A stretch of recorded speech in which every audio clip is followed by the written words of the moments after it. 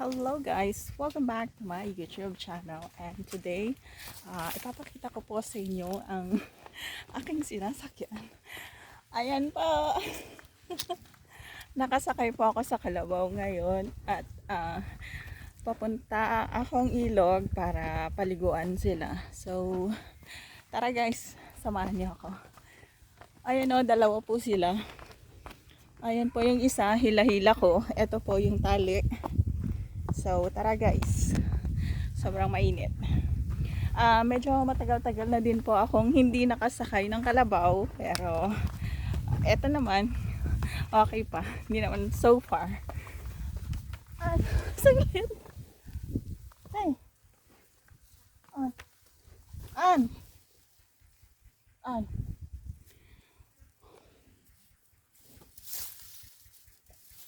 Kumutaing kalabaw guys. Kaya ang sakit tong lubid. Ouch. Ang sakit guys. Medyo malapit na tayo sa may ilog.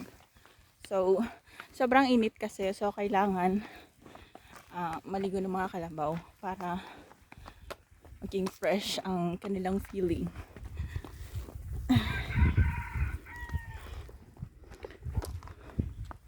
Mainit guys, sobrang init. So ayan yung isang kalabaw ko, hila-hila ko. So nagsama na yung tali nilang dalawa dito, kaya malapit-lapit na yung pupuntahan namin ilog. Ayan o, riding kalabaw is real. So magenit.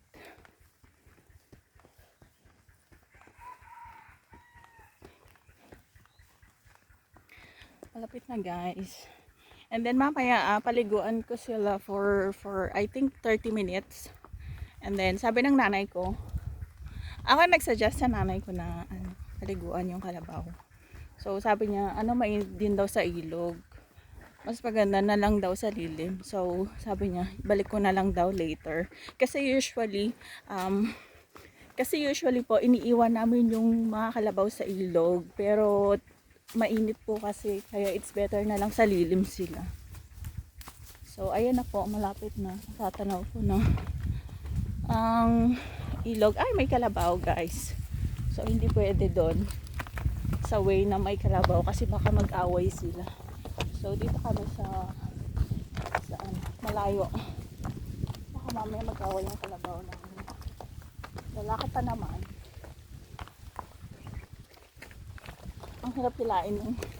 Ang hirap hilain ng isang kalabaw guys. Dito na.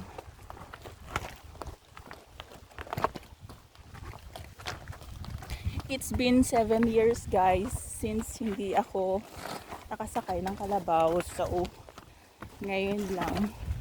At siguro naman kahit kung lumaki kang marunong sumakay ng kalabaw, hindi mo naman makakalimutan na kung paano sumakay ng kalabaw. So bababa na ako guys. Baba na ako para makaligo na sila. Hey.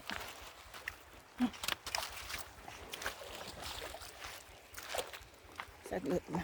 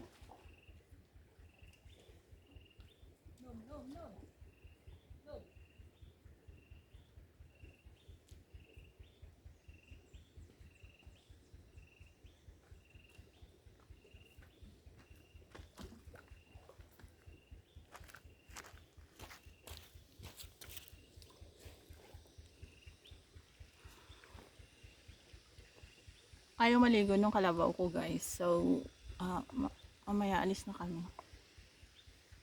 Uminom lang sila. Sobrang matagal na inuman.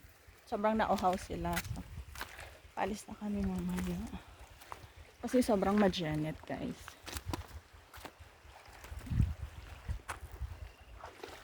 Ayan o.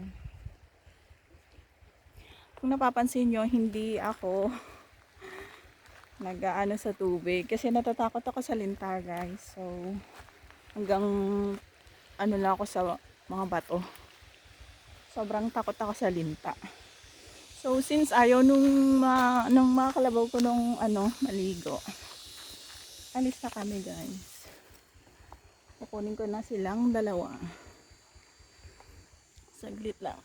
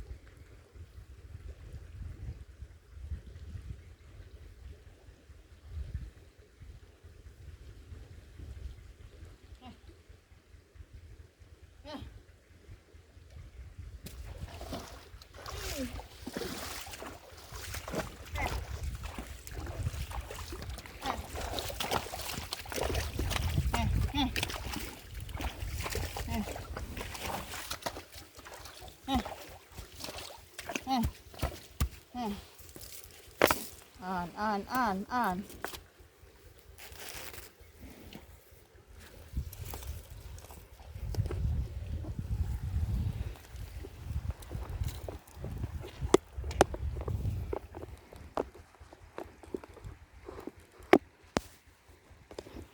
Pabalik na tayo sa bahay, guys. So, ito. Dalawang kalabaw again. Hey! Medyo matitigas ang kanilang ulo. Ibubulalo ko to para lumambot. Pauwi na tayo guys. So medyo mali yung hawak ko ng tali. Kailangan baliktad. Hey! Yan talaga. Kailangan mo yung strong voice para pakinggan kanila. Pag sabing guys, is it means go sa dialect namin. Tapos kapag sabing an is stop. Pag sabing an kasi guys is kalabaw yon. You're talking to kalabaw. Pag sinabing ho naman is kabayo. Ho is stop sa kabayo. An. Tapos ito yung tali niya guys. Then kinokontrol mo siya kung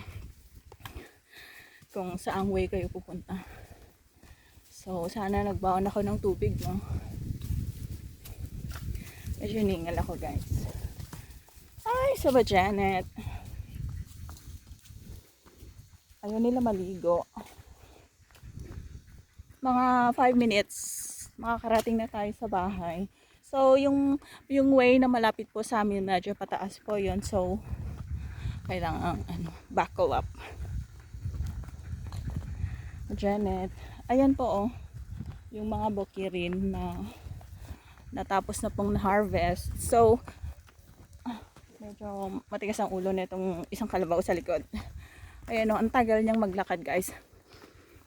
Sobrang init ho, pero alam mo ho, yung mga farmers po dito sa amin, kami po, nag-aantay na lang po ng ulan.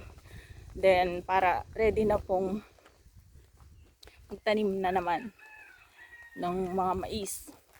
Usually po, ang tinatanim po namin dito is yellow corn. And then, yung ouch ang tigas, ano kaya problema nitong kalabaw?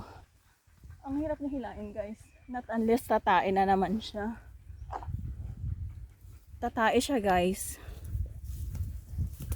Usually ang kalabaw nag-i-stop pag tumatae, kahit sino naman, diba guys? Kaya pala siya ang hirap niyang hilain kasi tumae, masakit sa kamay. So sana nga tayo.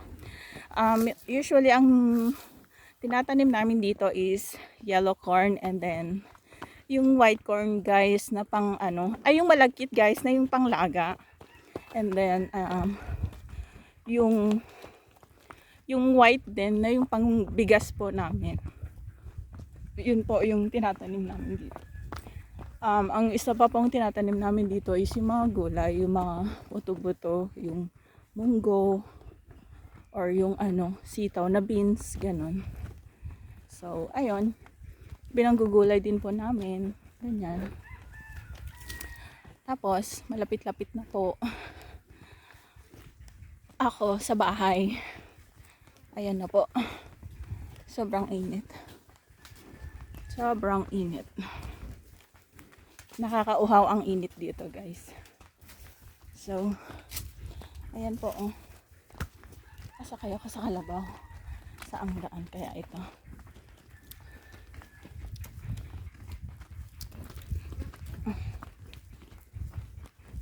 Usually nung bata ako guys, yung mga bata kami, pati yung mga pinsan ko, tsaka yung mga kapatid ko, gustong gusto namin sumakay ng kalabaw.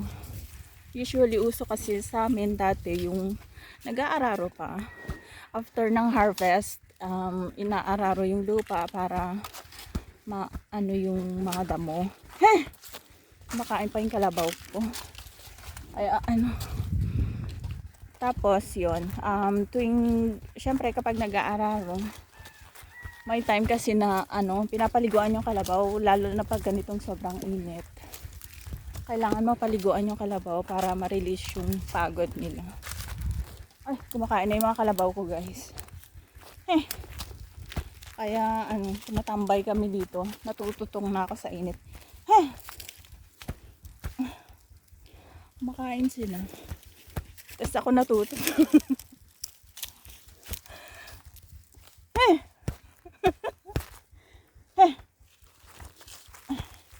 Ang hirap naman eh. Mamamalo ako ng kalabaw talaga. Ow. Malapit na kami guys sa pataas. Kaya kailangan kong kumapit.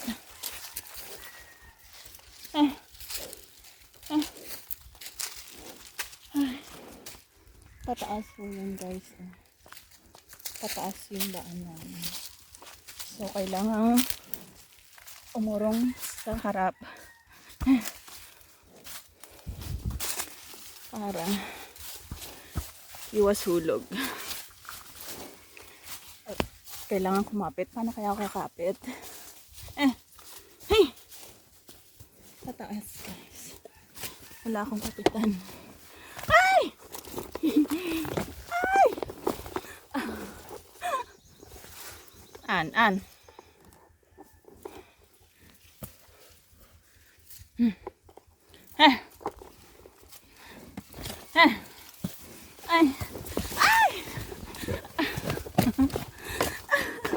Kailangan kumapit. Ouch!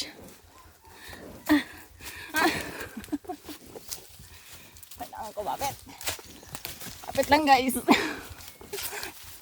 Ow. Ay! Oh shit. Baka mag-away sila. Ay, isa pang kalabaw guys. Galit. Heh! Hey! Ay! Ow! Ow! Shit!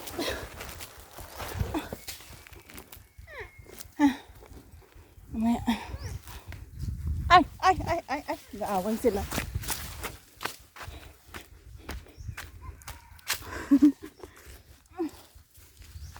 An. Nasabit pala yung tali. An.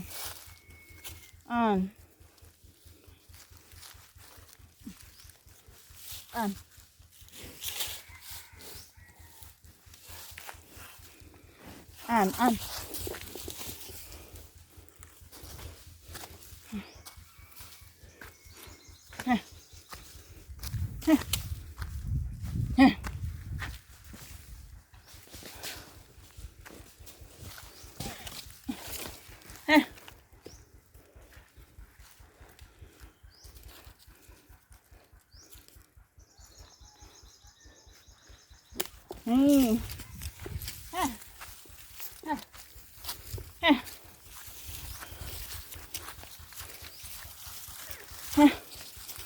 Hey.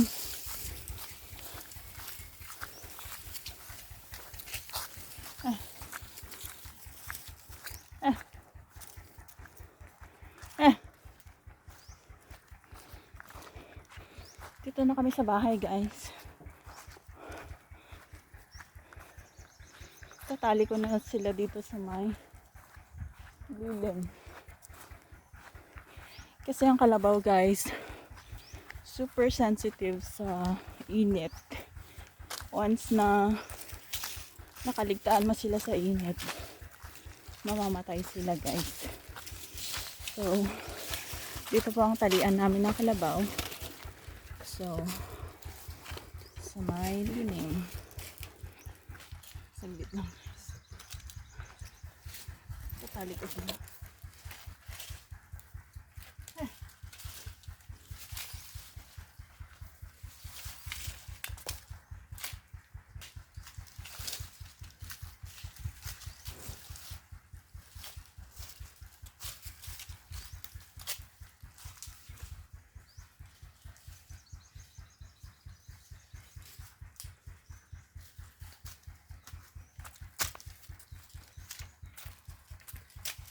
Kya.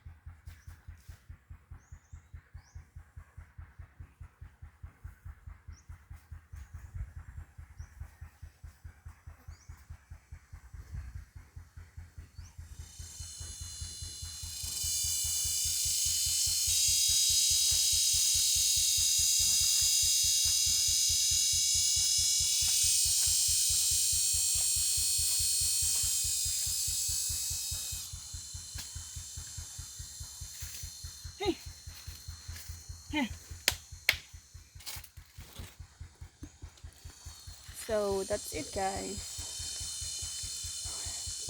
Tapos na ang aking task. So, that's it for the days. And, till next time, don't forget to like and subscribe to my YouTube channel.